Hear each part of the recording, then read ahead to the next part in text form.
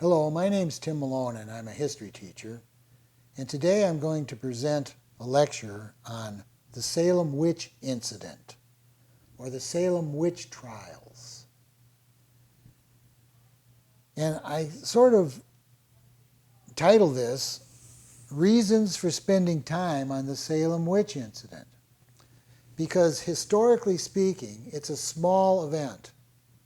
It lasts just about 1 year, 1692, in the Boston area, the Puritan colony of Boston.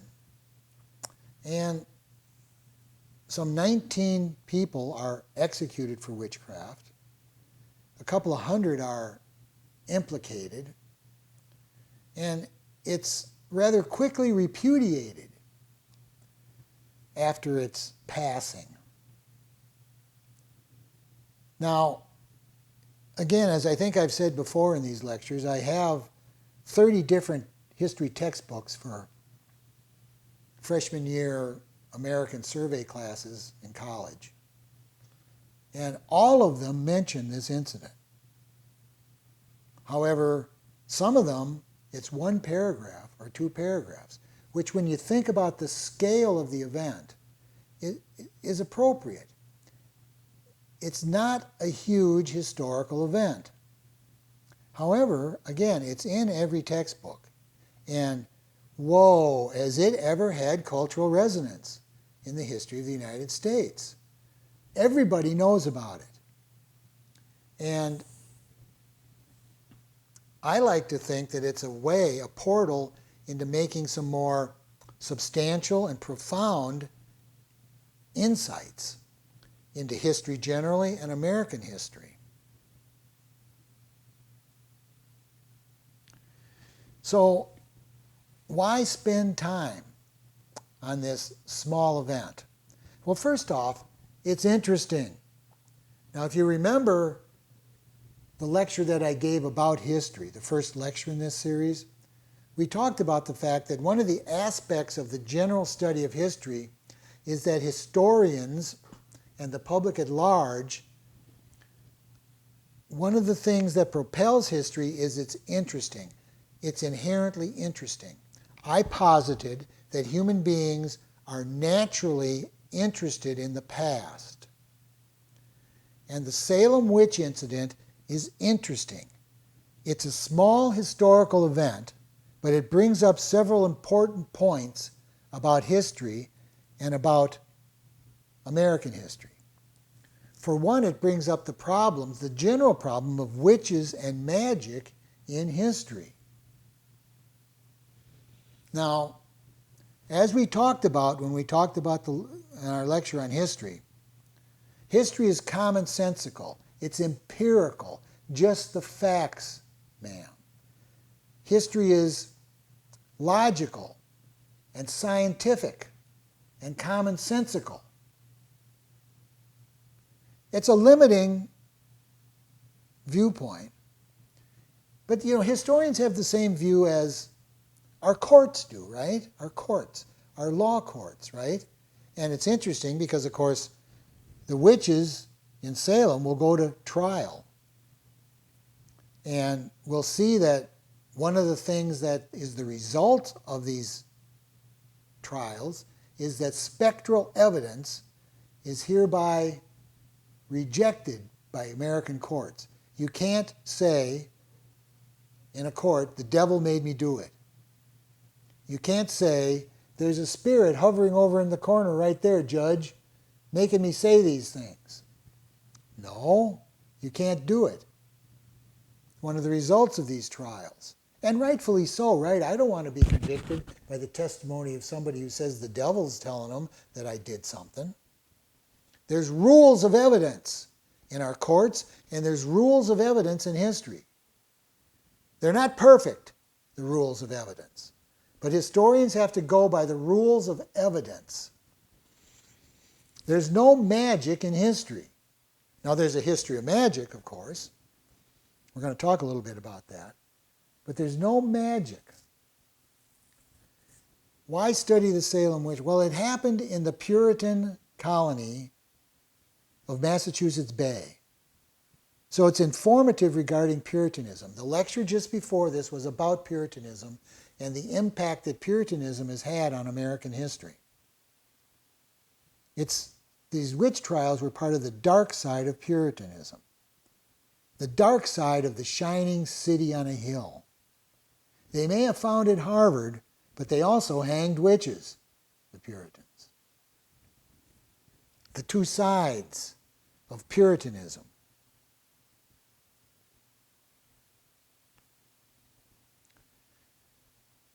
The Salem witch trials raises the question of secret cults, organizations, plots, and conspiracy theories in history. Because, of course, the Massachusetts Bay government was was the instigator of, was the vehicle by which these trials, these now we perceive silly, stupid trials, which led to the execution of 19 people, mostly women. I think all but one was a woman. The idea was that there were witches affecting reality and causing crises and problems for the people in Massachusetts Bay. Why are the Native Americans attacking us on the frontier? Because the witches have cast spells. Why did my cow die? Which was part of it. Because the witches cast spells. And of course they do it in secret. The idea that there's secret groups using magic to cause me and my community trouble is the basis of this. And oh my God, are we ever there now? Right? I mean, this is 2021. We've sent spacecraft beyond the heliosphere into deep space. We've sent men to the moon. Right? We have these cell phones that operate out of the ether. And yet, we still have people who believe that there are secret groups conspiring in secret, affecting the outcome, affecting the reality in which I live. Well, the COVID, right? The COVID, there's people who think the COVID's the result of secret groups operating in secret, in effect casting a viral spell on the population. There's people who think that the 2020 election was stolen. They had a name for it called the Big Lie, but they believe it. There's secret groups. There's people who believe that some politicians drink baby blood to get their power and their longevity. This is 2021. Let's not look down our noses too much at the Salem peeps, all right? Let's not look down too much on that. This seems to be an attribute of human consciousness. Human beings, the human brain is susceptible to the idea that there are secret groups conspiring in secret to adversely affect my life.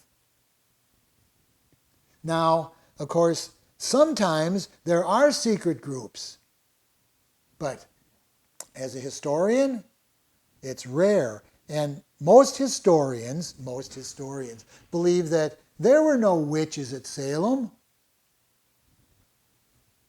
There were no witches. Now, oh boy, here we got to stop, right? We got to stop and we got to make a distinction here. Because obviously, today, there are people who think they are witches. Okay? They think that they deal in magic. So there are witches. Now, as a historian, well, as me, I don't think they can conjure up evil spirits. I don't think they can cast spells that have any pertinence or reality in the real world. They have no powers. They have no secret powers. There's no magic in history. They think, though, that there's, so there's that group of people. And boy, that's like a little industry in itself. Apparently, the town of Salem, Massachusetts today is witch central. Now, I've never been there, but I had students who've been there, and the whole downtown is witch stuff. It's like a business, witchcraft. Now, of course, under Puritanism, under the rule of the Puritans in Massachusetts Bay in 1692, you couldn't have a witch shop on Main Street, right? You had to meet in secret. Witches don't have to meet in secret anymore because most people understand that it's either a little game, a hobby, right? Or that they're deluded if they think that they're conjuring up spells that can what? I'm going to get my neighbor, man. I hate his dog. Here, I a newt, a paw of owl. Oh, that dog's done for. Most people don't believe that. However, there are self-identified witches. So we come back to Salem. Were the people, the women who were hanged, and this is another thing, right? In continental Europe, they burned witches. In England, Scotland, and the English colonies of America, they hanged witches. And by the way, the past tense of hang, when you're hanging a person, is hanged. The past tense of hang when you hang a picture is hung, right? When it's a person, yesterday I hanged my dog. They hanged, those people who were hanged, most historians say they were not witches in the sense that they thought they were. Okay? They weren't even pretend witches. They were innocent. That's what most historians think. That they didn't think they were witches. They were innocent. Accused and then executed, found guilty of witchcraft. But what is it about human beings we're susceptible to these secret conspiracies, these ideas of secret conspiracies? And when you think about it and how prevalent it is even today, conspiracy theories. Because again, as a historian, Occam's razor, right? The simplest explanation is usually the best, right? Occam's razor, common sense, right? I don't think there's people out there drinking baby's blood. I don't know, I don't think that there's, child trafficking rings in the basement of pizza parlors in Washington, D.C. It turns out the building doesn't even have a basement. Conspiracy theories, this susceptibility of the human mind, is a problem for historians and is a problem for history teachers. And, I know that I had students, over the thousands of students I had, that, I didn't convince them that their conspiracy theory views, their magical theory views were wrong. I remember, I was given this lecture one semester, and, I'd say to the class, I said, okay, I know some of you out there believe in this hocus pocus, so here, I'll give you some of my hair. Here, take it home, cast a spell. I go, do your best. Come on, come and get me, And we'd laugh. Well, one day after class, a girl came up to me after class, and she was kind of whispering, and she says, Mr. Malone, don't do that. Don't do that. She says, my grandmother, I've seen it. And I'm like, okay, don't give my hair to your granny then.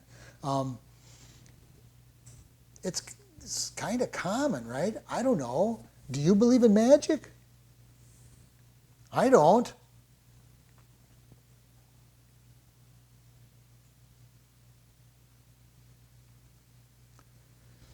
So this brings us to an interesting aspect of history and the study of history, which is the question of mass delusion. Mass delusion. And more generally, the role that mass psychology plays in history, in human history. Mass delusion. How is it that millions of human beings come to believe the same stupid, silly thing? Now, we've been talking about this already in this lecture. Now, you might say that history is mass psychology. Mass psychology. It's an interesting concept. Now, I only ever took one psychology class in college, Psych 101, and all I remember are Skinner boxes and rats in a maze. I don't remember much about it. But it seemed to me that it was mostly about single psychology. That the psychology I learned in Psych 101 was about an individual human mind. With mass psychology, we're talking about millions of minds, all coming to believe the same illogical thing. Mass delusion. I mean, what was happening in Germany from 1933 to 1945? Germany was one of the most advanced countries in the world. Highly literate, modern, technologically advanced, on the forefront of science on multiple fronts. The Germany of Adolf Hitler. And yet this ignorant little bigot takes over the country? Max Hastings, the English historian, says in one of his books about World War II that he thinks as late as 1944, fall of 1944, the Americans have invaded Normandy, are at the Rhine River on the west. The Soviets, the Red Army has taken Warsaw, and the end is in sight. Hastings says that he thinks the German people would have re-elected Hitler at that point in a free and fair election. That they were under some kind of mass delusion. Again, it makes you kind of pessimistic about human beings, doesn't it? Mass delusion, mass psychology. There wasn't much in my course about mass psychology, and there's not much in history books about mass psychology. How do and mass psychology, I mean, our elections are studies in mass psychology, aren't they? I mean, advertising, right? Madison Avenue. We have hard-headed businessmen, right, who spend billions of dollars a year on the ad industry, thinking that they can put images on a screen or on a piece of paper and convince you to do something, to buy something that you wouldn't ordinarily do or buy. They think that this works, this mass psychological phenomenon can be manipulated. Mass psychology. I mean, that's all history is, right? Is mass psychology, elections, armies, movements of all type, religion. They're all studies in mass psychology. And when we talk about the Salem witch trials, we're talking about one community, relatively small, that went murderous in its mass delusion. The idea that there were secret groups of witches manipulating magic to affect reality. This also, now, the Salem witch incident is much studied. You could fill this room with books about it. I've dabbled in that literature, and it seems like most of the textbooks that mention this incident, which is almost all of them, put forward the explanation of the social strain theory. That means that societies or communities are susceptible to mass delusions when they're under stress. That you go looking for witches when things are going wrong, when your community is in crisis. Seems reasonable to me. I mean, if we're in a particularly heightened period of conspiracy theories and mass delusions, what's causing it? Social strain theory. What's the strain? Now, there's always naysayers and gloom and doomers. Always. The end is near. We're pursuing policies that are going to bankrupt the country. We're pursuing policies that are going to cause a civil war. We're pursuing policies that are going to cause ultimate war with China. I mean, there's always those people my entire life. But are we in a particularly stressful period? And again, human beings are vain. Human beings almost always want to think they're living in stressful times. Are we? We're in some ways, of course, the COVID, right now, this is 2021, the COVID is problematic. We haven't mastered it yet. I think we know how. And boy, we talked about conspiracy theories on that front. But I don't think COVID's a threat to the extinction of humanity or the extinction of the United States of America. In some ways, we're more prosperous than ever, and the world is more prosperous than ever. Really, the last 30 years or so, the decline in worldwide poverty is unprecedented in human history. I mean, it's just unprecedented. Now, most of that is because China, the most populous nation in the world, China, commie prosperity, commie capitalism, has worked, and millions of Chinese have been elevated out of poverty in the last 30 or 40 years. But it's not just China. It's everywhere. And, I read an article a couple of years ago about how the introduction of cell phone technology in African countries corresponds with a rise in the standard of living. Everybody has a cell phone.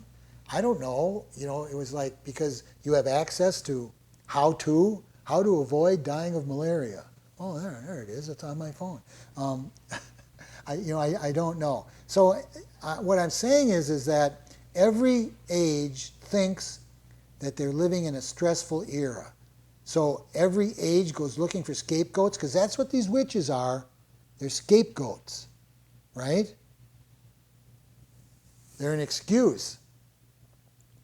And so the social strain theory, but there's been other explanations given for the Salem witch incident.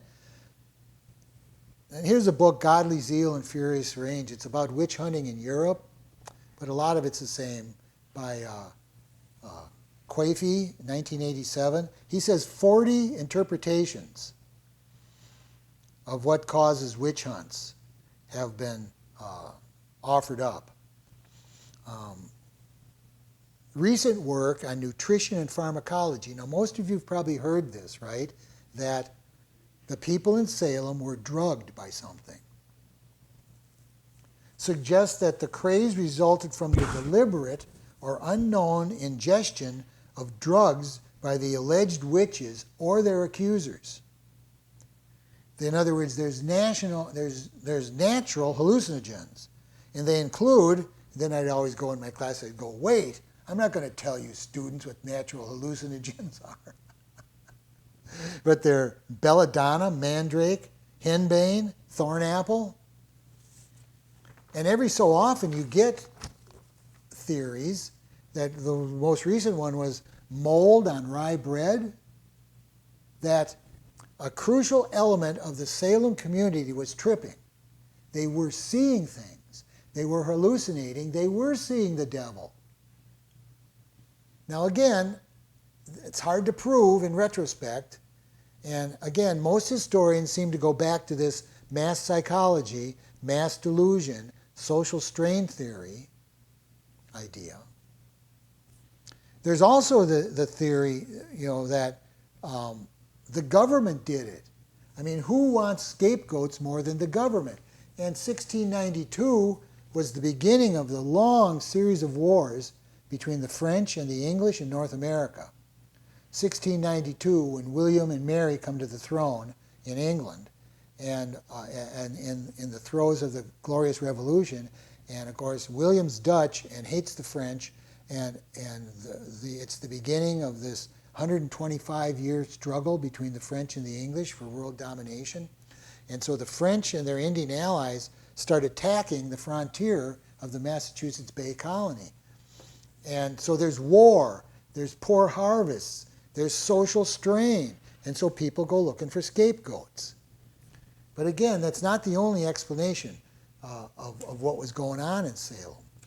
And part of it, and one of them is that the government did it to find scapegoats for their failed policies. Now, I don't know. I guess I'm a social strain theory guy. The Salem witch trials. It raises the question of witch hunts in American history. Okay, so societies, for whatever reason, have a tendency to go out and look for scapegoats, someone to blame. Oh, we all know who that was in Germany during the 1930s and 40s, right? Oh man, talk about drinking blood and those kind of accusations, you know, the Jews in Germany. Man, talk about scapegoats, talk about murderous search for scapegoats. But we go through these waves of witch hunt, and of course, and here, you know, here's a Smithsonian magazine from 1992, the 400th anniversary of the Salem witch incident. And of course, almost every article that you find about the Salem witches ends up, and I say I got it, with a picture of this guy. I know you probably can't see that too well, but that's Senator Joe McCarthy from Wisconsin back in the 1950s, whose look for communists in the federal government is described generically as a witch hunt. Ever since this Salem thing, we describe searches for the enemy within, searches for that secret cabal of conspirators that are making everything go wrong for us upstanding citizens, as a witch hunt. And McCarthy's look for, I mean, in his 3 years, some historians say Joe McCarthy, senator from Wisconsin, was the most powerful man in the country for 3 years in this. He had his own committee in the Senate looking for communists in the federal government. How many communists did McCarthy find in the federal government? None. Not a one.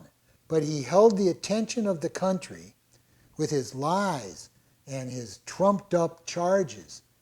Well, wasn't your old college roommate, brother, a commie? That sort of thing. Witch hunts. Now, I don't know, are we susceptible to witch hunts now? Is the country on a witch hunt now? I don't think so. We're not hunting witches, are we, right now? And you know, of course, one of the fears after 9/11, and by the way, you know, we're coming up on the 20th anniversary of September 11th, 2001. There was a fear after 9/11 that we were going to go on a witch hunt for Islamicists and Muslims. And we really didn't, did we? I mean, a little bit. I mean, we're still holding people in Guantanamo Bay 20 years later.